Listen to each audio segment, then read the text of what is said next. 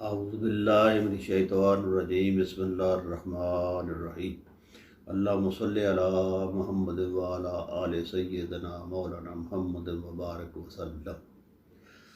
ناظرین، میں چودھری نصیر سما چینل سے آپ سے مخاطب ہوں۔ آج کی کہانی ایک چھوٹی سی کہانی ہے، ایک باپ کی اور اس کے ساتھ اس کی اولاد کا کیسا سلوک ہے۔ 2-3 روز ہوئے میں وحدت کالونی کی طرف جا رہا تھا تو نقشہ سٹاپ پہ ایک آدمی بیٹھا ہوا تھا جس کے ہاتھ میں بیساکھیاں تھیں اور اس کی ایک ٹانگ ٹوٹی ہوئی تھی۔ تو میں کھڑا ہو گیا، میں نے کہا آپ ادھر کیوں بیٹھے ہو، کیا بات ہے؟ وہ بڑا پریشان تھا، اس نے رونا شروع کر دیا۔ میں گاڑی سے اتر کے اس کے پاس بیٹھ گیا اور اس کی داستان سننے لگا۔ میں نے کہا بات کیا، آپ بات بتائیں۔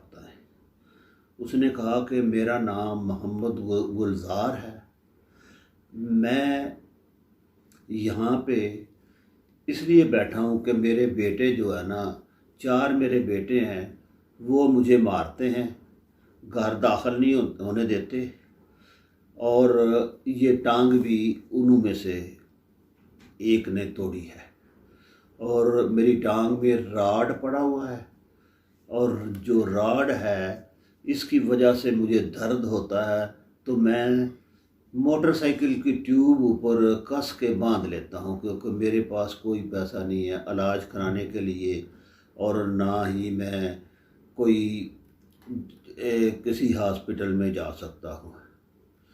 اس کا کہنا تھا کہ میں سعودی عرب میں فریجوں کا کام کرتا تھا، میرا بہت اچھا کام تھا۔ میں سن 2000 سے 2017 تک اپنے بیٹوں کو، بیوی بچوں کو 4 سے 7 لاکھ روپیہ ماہانہ بیچتا تھا، اور جس سے میرے بچوں نے اپنے کھلونے خریدنے، گیمز خریدنی، کمپیوٹر خریدنے اور گاڑیاں خریدیں، اور اس کے علاوہ میں نے ان کو کہا گھر بھی بنا لو۔ گھر جو ہے، چونکہ میں سعودی عرب میں تھا تو وہ میری بیوی کے نام جو ہے نا انہوں نے بنایا۔ جو بچے بڑے ہوتے گئے تو میں وہاں سے کافی ملکوں میں جاتا رہا۔ میرے پاس اس نے 5 پاسپورٹ بتایا، میرے پاس 5 پاسپورٹ ہیں، اور ان پاسپورٹوں پر میں مختلف ممالک میں سفر کر چکا ہوں، اور اپنے گھر میں جو ہے نا تمام آسائش میں نے اپنے بچوں کو دی ہے، اور جب بچے بڑے ہوئے ہیں، ان کی شادی ہوئی ہے، تو انہوں نے مجھے آہستہ آہستہ گھر سے نکالنا شروع کر دیا۔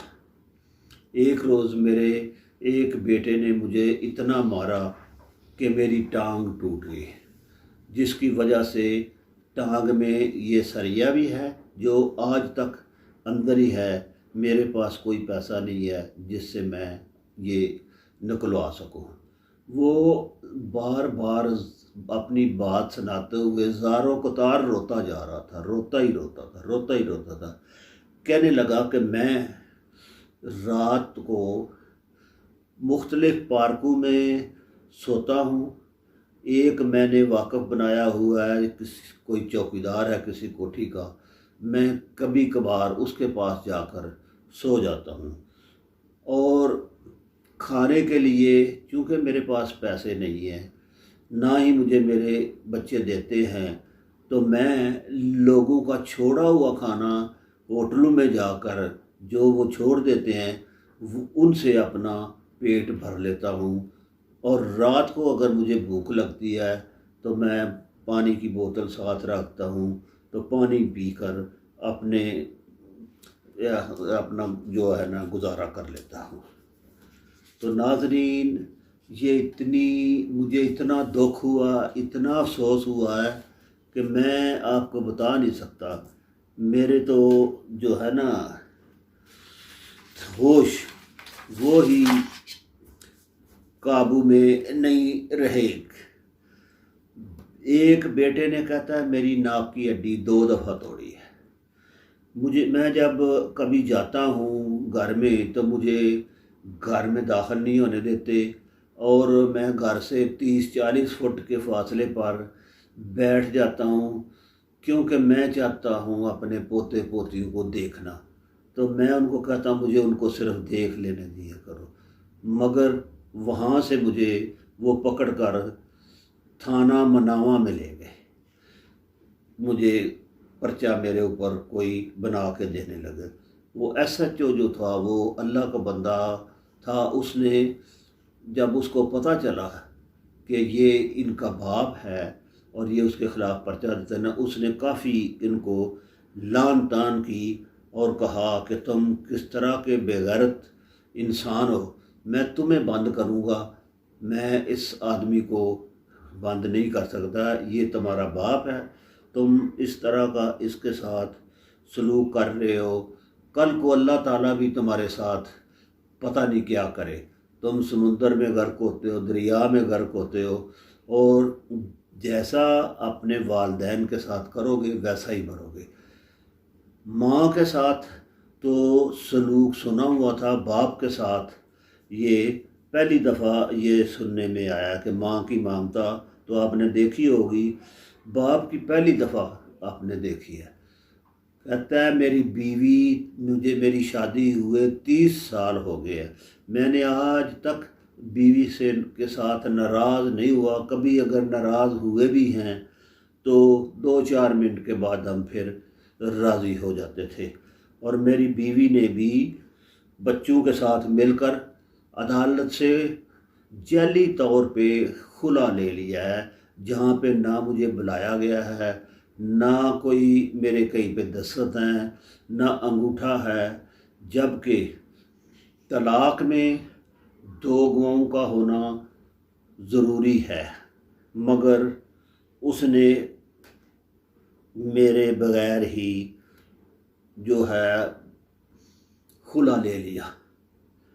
میرا کہنے کا مقصد یہ ہے کہ کس طرح کا زمانہ آ گیا ہے، اولاد کس کا دل کرتا ہے اپنے باپ کو مارے۔ جس باپ نے وہ کہتا ہے ایک کو میں نے ڈاکٹر بنایا، ایک کو میں نے UK بھیجا ہے اپنی گاڑی بیچ کر، اور میرا جو کمرہ ہے ادھر میرا فرسٹ کلاس بیڈ لگا ہوا ہے، AC لگا ہوا ہے، اسی میں وہ سوتے ہیں، اسی میں رہتے ہیں، اور میں سڑکوں پہ سوتا ہوں، اور میرا جو ہے نا سمجھ نہیں آتی میں کس طرح زندگی میری بسر ہوگی۔